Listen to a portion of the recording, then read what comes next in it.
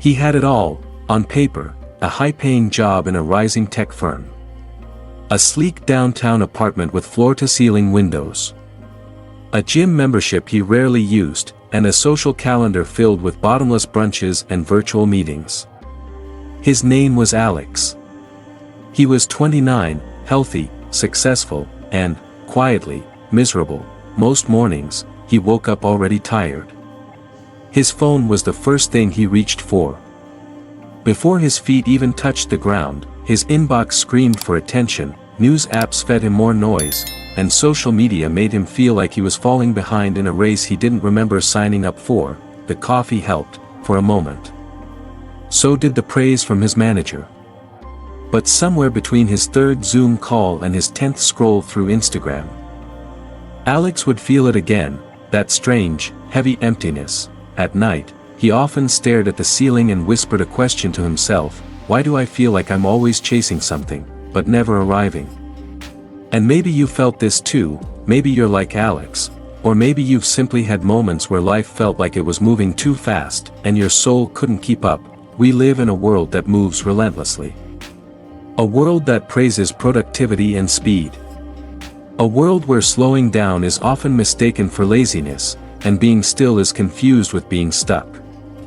We're told to hustle, to keep grinding, to never settle. But no one teaches us how to just be, how to truly inhabit the present moment. And so we live in a kind of trance. We move from task to task, from screen to screen, from one goal to the next, never truly arriving anywhere. Even on vacation, our minds are back at work. Even in conversation, our thoughts drift to our to-do list. We're there, but not really. And in that subtle absence from our own lives, we lose something sacred. We lose presence, we lose clarity, we lose ease, because ease, the kind that brings deep peace, is not found in finishing everything on your list. It's not in reaching the next milestone, or even in escaping to a remote island. Real ease begins in a place much closer, much quieter. It begins with mindfulness. In Buddhist teachings, mindfulness, or sati in Pali, is not just a mental exercise. It's a way of waking up. A way of coming home to ourselves in the middle of chaos. It means paying attention, not with tension, but with tenderness. It means being fully here, in the now, without judgment or distraction. When the Buddha taught mindfulness over 2,500 years ago, it wasn't a trendy hack for productivity. It was a doorway to liberation. To freedom from the constant push and pull of craving and aversion. To freedom from suffering, and in our modern age, it may be more relevant than ever, because we are overwhelmed not just by what we do, but by how we relate to what we do. Our suffering doesn't come from having too much to do. It comes from being unconscious in the doing. From living in a mind that is always elsewhere. Think about this: how often are you truly present when you eat, when you walk, when you speak with someone you love, when you sit alone with yourself? If you're like most people, probably not often, and yet, this moment, right now, is all we ever truly have. The future hasn't arrived. The past is already gone. The only place life is actually happening is here. So why do we resist it? Why do we abandon the now for 1,000 imagined futures? Why do we scroll through someone else's highlight reel instead of feeling the air in our lungs, the ground beneath our feet, the miracle of simply being? Maybe because we've forgotten how. Maybe, like Alex, we were taught to run faster, not live deeper. Maybe we believed that ease would come after success, after approval, after everything is finally under control. But what if ease doesn't come after? What if ease comes from returning, again and again, to the only place peace is ever possible, the present moment? This video is an invitation, not to escape your life. Not to quit your job, move to the mountains, or become a monk, unless that's what your soul truly calls for, but to discover that even within your life, within the noise, the deadlines, the responsibilities, you can live differently. You can live mindfully. You can touch peace right in the middle of the storm, and when you do, you may find something unexpected, that the ease you've been chasing all along was never outside you, It was inside, waiting for your attention. What do you picture when you hear the word ease? Maybe it's lying on a white sand beach with no emails, no notifications, no obligations. Maybe it's retiring early, buying your dream home, or sipping green juice in a quiet cafe while the world rushes by outside. We've been conditioned to think that ease means comfort, that peace means pleasure, that freedom means escape, but Buddhist wisdom turns that idea on its head, because true ease, the kind that leads to lasting peace, has nothing to do with your outer circumstances, and everything to do with your inner relationship to them. Let me tell you a story. A monk once sat meditating deep in the forest. It was summer, and the air buzzed with heat and mosquitoes. Sweat trickled down his back. The ground was hard beneath him, and his legs were sore. But his eyes were soft. His breath was steady. His presence was full. A young man who had fled the stress of the city came upon the monk and asked, "Venerable sir, how can you sit here so peacefully? It's hot, it's full of bugs, it's miserable." The monk smiled and said, "Peace is not the absence of heat or insects. Peace is the absence of resistance." That is the shift we're here to explore. Ease is not the opposite of challenge. It is the capacity to meet life with a steady heart. It is not found in avoiding discomfort, but in being undisturbed by it. It is not laziness. It is liberation from the constant craving that says, "Things must be different for me to be okay." The Buddha spoke of this often. In fact, one of his most powerful teachings was on the two arrows. He said, when an ordinary person experiences pain, it's like being shot with one arrow. But when they resist it, complain about it, fear it, and obsess over it, they are shot with a second arrow. That second arrow is self-inflicted. Let's break that down. You feel stress at work. That's the first arrow. You then start telling yourself, "I can't take this, my life is a mess, everyone else has it better, why can't things be easier?" That spiral of thoughts, that tightening in your chest, that craving for something else, that's the second arrow. That's the source of most of our suffering, not the experience itself, but our unwillingness to be with it. Now here's the good news. If suffering is optional, so is peace. If resistance can be unlearned, ease can be cultivated, and that begins by redefining what ease truly is. Let's call it inner spaciousness. It's the quality of not being cramped by your emotions, of not collapsing into your thoughts, of holding everything that arises, not with fear or clinging, but with awareness. This is what Thich Nhat Hanh meant when he said, "Feelings come and go, like clouds in a windy sky. Conscious breathing is my anchor." He wasn't promising a life without storms. He was offering a way to stay steady in the storm, a way to breathe, even when things are hard. So why do we struggle to access this kind of ease? Because we confuse ease with control. We think, "I'll be at peace once everything is in order. Once I have enough money, the right partner, the perfect schedule." But life doesn't work like that. It's not programmable. It's unpredictable, impermanent, alive. Trying to control life is like trying to hold water in your hands. It slips through no matter how tightly you grip. The more you grasp, the more you suffer. That's why the Buddha taught the power of non-attachment. He didn't mean you should stop loving people, or stop caring about your goals. He meant you should stop clinging to how you think things should be, and start meeting life as it actually is. Let me give you a modern example. Sarah is a mother of 2 and a full-time nurse. Her days are long. Her schedule is chaotic. There's barely any time for herself, but one day, she starts practicing mindfulness, just 5 minutes every morning. She sits, breathes, notices the tension in her body without judging it.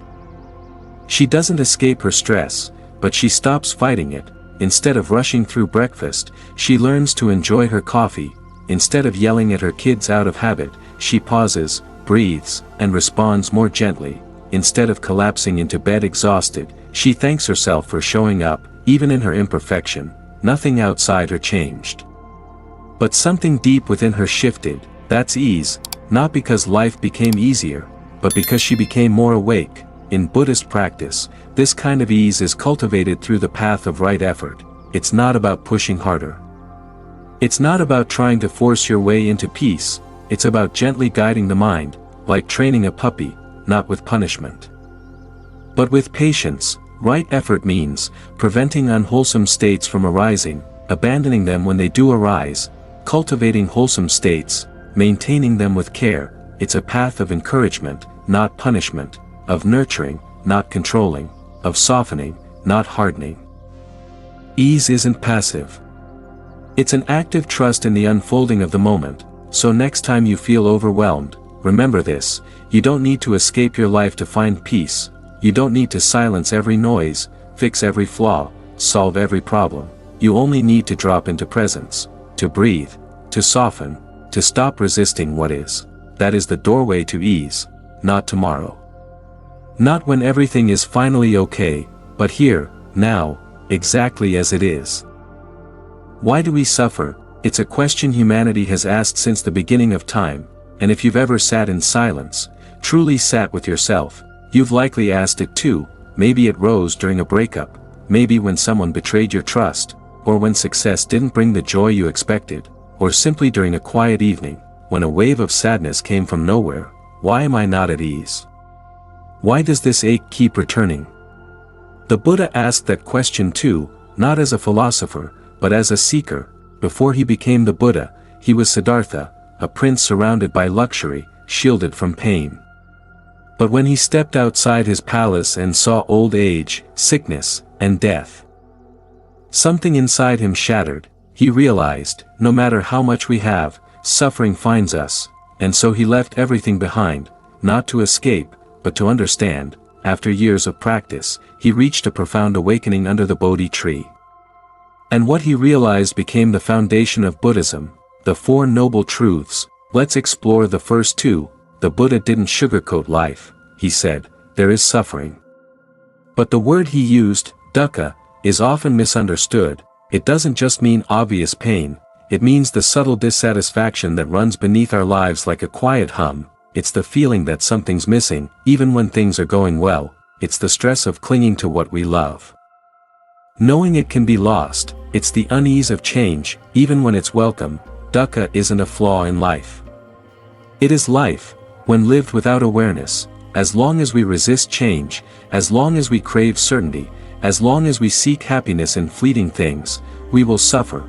But here's the turning point. The Buddha didn't stop at suffering. He said, suffering arises from craving. Not craving as in desire itself. Desire can be healthy, but the grasping that says, I'll only be okay when I succeed, when they love me back, when my body looks a certain way, when life stops being so hard. This craving is rooted in ignorance, not stupidity, but a lack of deep seeing. We forget that everything is impermanent. We forget that no condition can bring lasting happiness, and so we cling. And when what we cling to shifts, as all things do, we suffer. But here lies the gift, because if craving causes suffering, then freedom is possible when we see clearly. Let me tell you a story.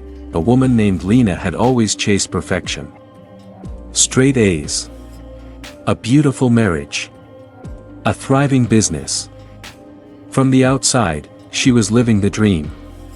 But when her husband unexpectedly left, and her company collapsed in the same year, she spiraled.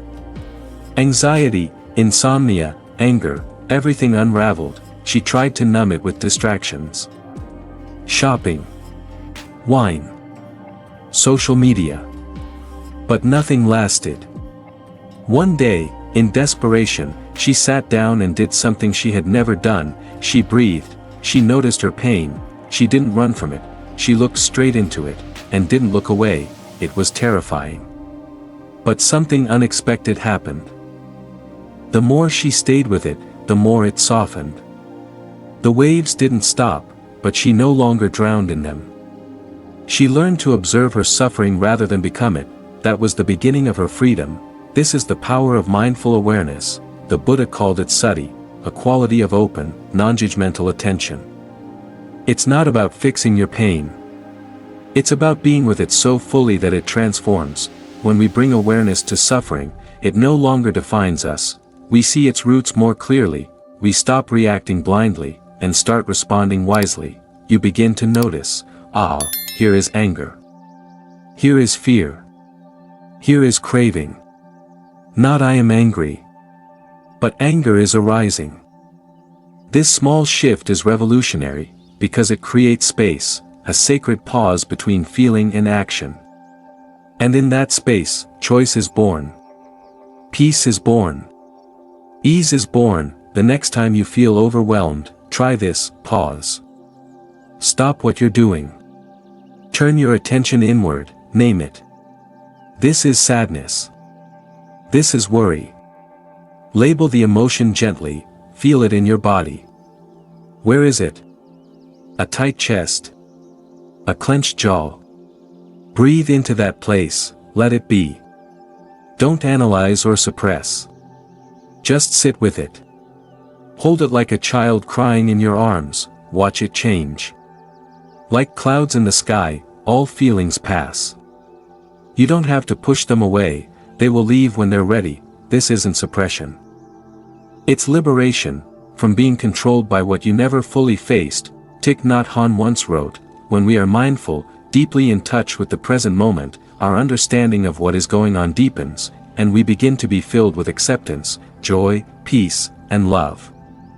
This is not philosophy, it is practice. It is training the heart to stay open, even when it hurts, because the more you stay present with your suffering, the more you begin to see, suffering is not your enemy. It's your teacher. It invites you to return to what matters, to drop what no longer serves you, to wake up, and when you do, ease arises, not because the pain is gone, but because you are no longer fighting it, you are aware, you are free. We live in an age of comfort, instant food, one-click purchases, climate control, entertainment on demand, and yet, many people say, "I feel exhausted. Life is too much. I don't know why I feel so heavy." Have you noticed this? Even with all our advances, technology, medicine, connection, we carry an invisible burden. A kind of spiritual fatigue. We're not just tired, we're disconnected, from ourselves, from each other, from life itself. So, what's going on? Why does life feel so heavy when it seems like it should be easier than ever? Every day, we're bombarded with information. News. Ads. Messages. Notifications. Likes. Comments. Opinions. We scroll for connection but feel more alone. We multitask to save time but end up scattered. We consume more content in a week than our ancestors did in a lifetime. Our minds are overfed, but our hearts are starving, because the mind thrives on stimulation. But the heart? The heart needs silence, presence, stillness, and in today's world, those are rare. We're always doing, yet never arriving. Let's take a closer look. You wake up. Check your phone. Scroll past headlines, memes, someone's vacation, someone's heartbreak. You eat breakfast while replying to emails. You listen to a podcast while driving, respond to texts at red lights. At work, you're in back-to-back meetings, your mind already halfway into tomorrow.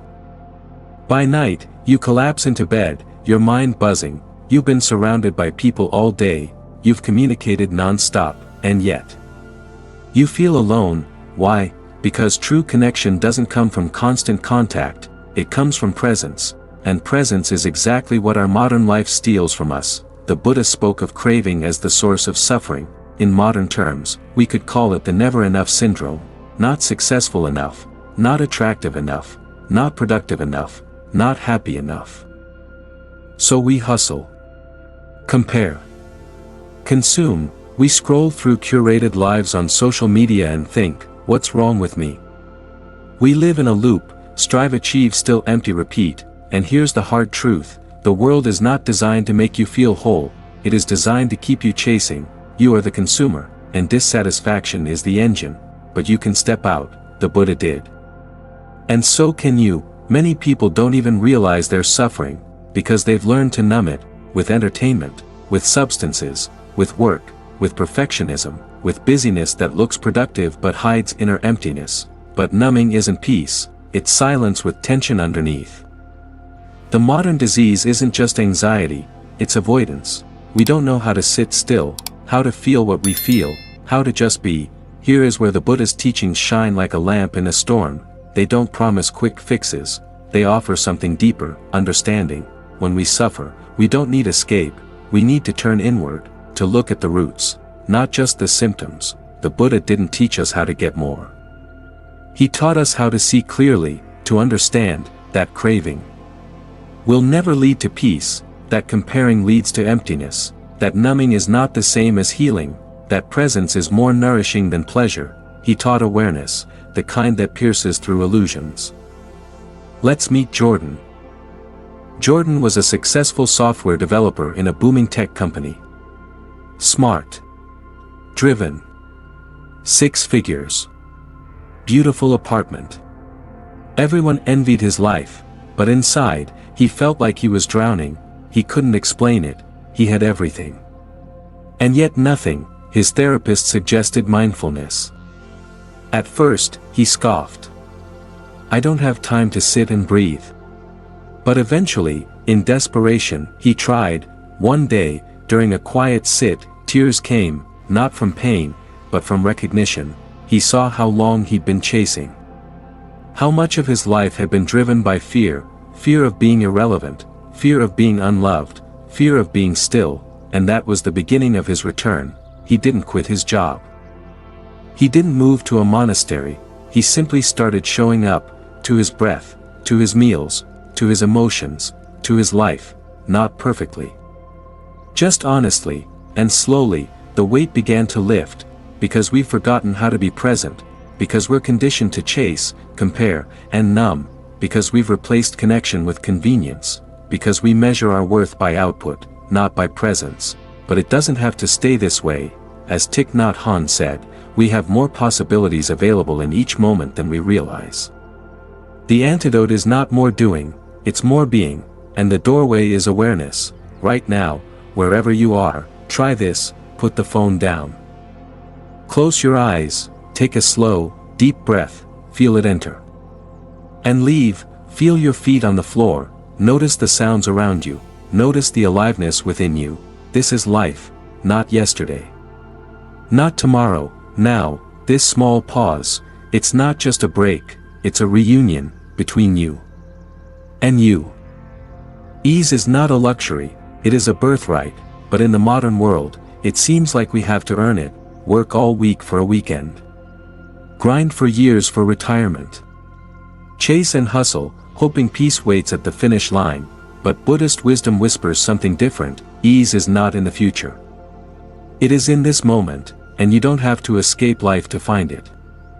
You simply have to be fully in it. The art is not to withdraw from daily life, but to infuse it with mindfulness, to live with awareness, in awareness. So, how do we do that? Let's begin with the everyday. You wake up. You brush your teeth. Make coffee. Commute.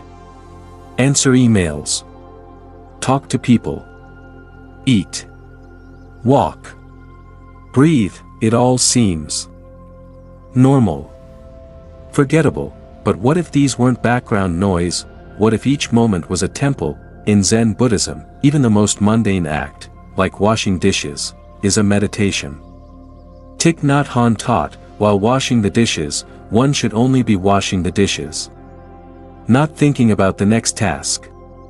Not resenting the chore. Just washing, the temperature of the water. The rhythm of the hands. The silence between thoughts.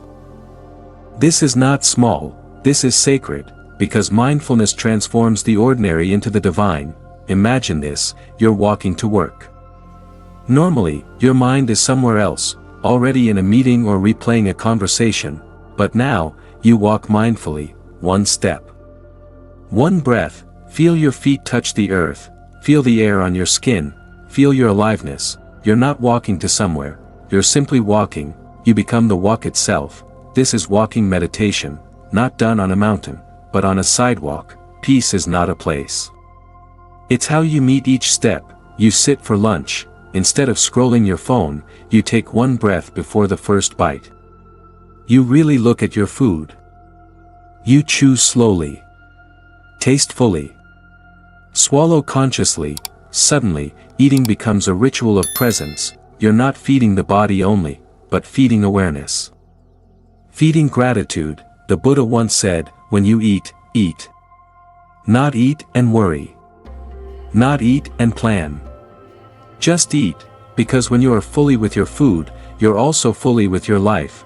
One of the great gifts of mindfulness is space, the sacred pause between stimulus and response. You get a rude email.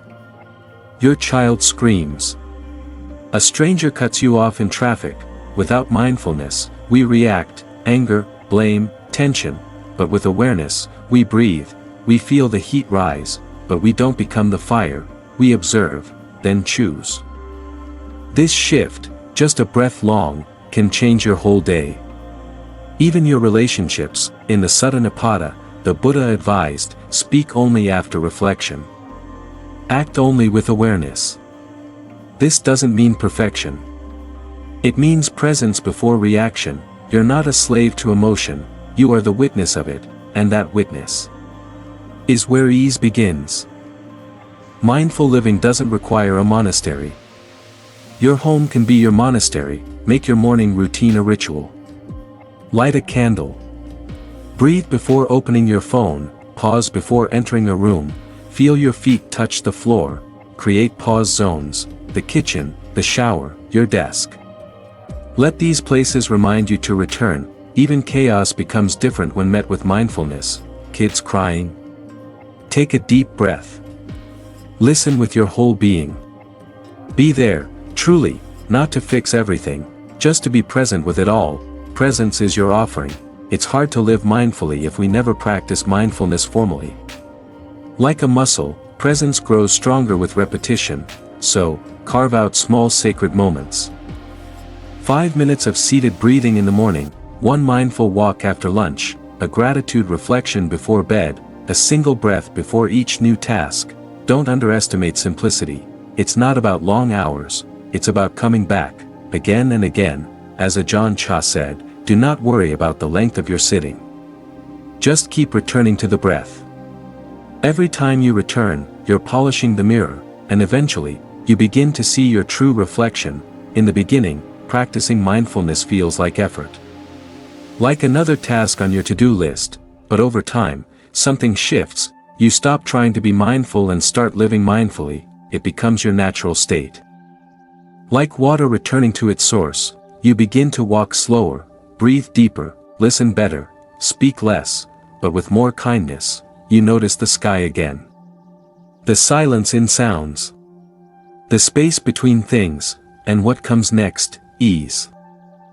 Not from the outside, but from within, because now, you are no longer pushing against life, you are flowing with it. Let me tell you about Maya. Maya was a nurse. Caring, capable, always busy. She used to say, I don't have time to breathe. She burned out. Anxiety attacks. Insomnia. Numbness. A friend handed her a small book by Thich Nhat Hanh. She started reading. Then breathing. Then noticing. At first, it felt strange. Slowing down. Saying no. Being still, but then she started noticing little things. The joy of a hot cup of tea, the silence between alarms, the warmth of a patient smile, the breath. Always waiting. Years later, Maya said, I didn't change my life. I changed how I lived it. And that changed everything. Mindfulness is not a technique, it is a way of being. It does not remove difficulty, but it removes the extra suffering we layer on top. It shows us that joy is already here, that peace is always available, that ease begins when we truly arrive in the now. You don't need a new life, you need a new way of living this one, and that way is mindfulness. What if freedom wasn't about gaining more, but about letting go? What if happiness didn't lie in chasing things, but in releasing our grip? The Buddha didn't teach us to accumulate, he taught us to let go, and not just of physical possessions, but of attachments, expectations, stories, identities. In a world that worships more, true liberation begins with less. This is the path of simplicity, not poverty, not deprivation, but a conscious, mindful shedding of the unnecessary. It is not a loss. It is a return. Let's go back 2,600 years. The Buddha was once a prince, surrounded by wealth, luxury, music, pleasure, yet he walked away from it all. Not because riches are evil, but because they were not the answer. He discovered that true ease doesn't come from comfort, it comes from clarity. When you let go of what you don't need, you create space, and in that space, peace arises. Simplicity isn't about austerity, it's about lightness, lightness of baggage, lightness of identity, lightness of clinging. In modern life, we are drowning in more emails, more clothes, more apps, more ambitions, more distractions. We think more equals better, but often, more just equals heavier, more decisions, more anxiety, more pressure to maintain and protect. You've probably felt it, the quiet weight of clutter, of obligations, of keeping up. But what if we reverse the question, not, what can I get? But, what can I release? Because when you simplify, you amplify what truly matters. Minimalism is not a design trend, it's a spiritual practice. It says, I choose what I welcome into my life. I clear space to breathe. And mindfulness is the heart of it. When we live mindfully, we begin to see what nourishes us, and what drains us, what is essential, and what is excess. This is true wisdom. As Zen master Shunryu Suzuki once said, the most important thing is to find out what is the most important thing. Simplicity isn't just about physical things, it's also about mental and emotional weight, letting go of grudges, the old stories that hurt more each time we replay them, perfectionism, the endless pressure to be flawless, liked, admired, control, the illusion that we can make everything go our way, overthinking, the loop that keeps us trapped in the past or anxious about the future. These are heavy, but they're not you, and the moment you breathe and choose to release, you take a step closer to freedom. You stop reacting. You start responding. You don't need to fix everything, you just need to be present. Saying yes to everything is praised, but often, the path to peace is paved with sacred no's. No to commitments that drain your energy, no to relationships that pull you out of yourself, no to the voice that says you must prove your worth. Each no becomes a gate, and on the other side is ease. The Buddha taught, to understand everything is to forgive everything. To let go is to be free. When you let go, you don't become less, you become light. A professor visited a Zen master, asking to learn about Zen. The master offered tea. He poured the tea until the cup was full, then kept pouring. Tea overflowed onto the table. The professor exclaimed, "It's full. No more will go in." The master said, "Exactly. You are like this cup. How can I teach you Zen unless you first empty your cup?" Our minds are often like that teacup, too full to receive clarity. We must empty out the excess of ego, judgment, noise. Only then can the truth pour in.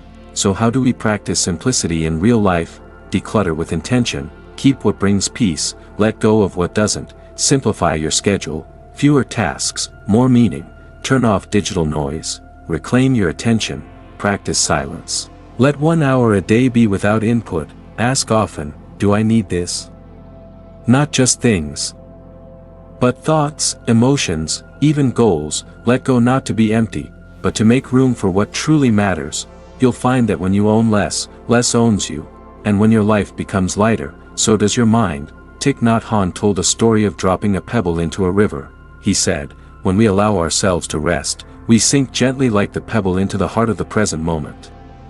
Simplicity is that pebble. Letting go is not falling apart, it is falling into presence, into the clarity beneath the noise, into the peace beneath the striving, into the ease that has always been there. You don't have to become anything, you simply let go of what you are not, and then who you truly are remains. The path of mindful ease is not a distant destination, it is a homecoming, a coming home to the present moment, right now, to the breath you are breathing, to the body you inhabit, to the mind that witnesses. Because ease is not out there, it has always been within you. The Buddha said, do not dwell in the past, do not dream of the future, concentrate the mind on the present moment. It is here, in this very instant, that peace is found. It is here that suffering softens. It is here that clarity dawns. It is here that ease arises naturally. You don't have to run after it. You don't have to force it. You simply need to be fully present. Think of the mind like a vast sky. Clouds of worry, fear, and restlessness pass through, but beneath them, clear, boundless, timeless sky remains. This sky is your true home. When you rest in this awareness, ease is effortless, joy is natural, freedom is born. No matter what storms arise, the sky does not change. You are that sky. Mindful ease is a daily practice, a gentle return. Some days are calm. Some days are turbulent, but each moment offers a chance to come home, to breathe, to notice, to simply be. This is the greatest gift you can give yourself. If this journey has touched your heart, if you found a moment of ease here today, please let me know below. What mindful practice helps you find peace? How do you bring ease into your life? I would love to hear your story. Your insight can inspire others walking this path. If you want to deepen your journey, don't forget to subscribe and click the bell icon. Together, we'll explore the timeless wisdom of Buddhism, weaving stories and teachings into everyday life. Thank you for being here. Thank you for being present. Remember, ease is always within you, peace and light on your path.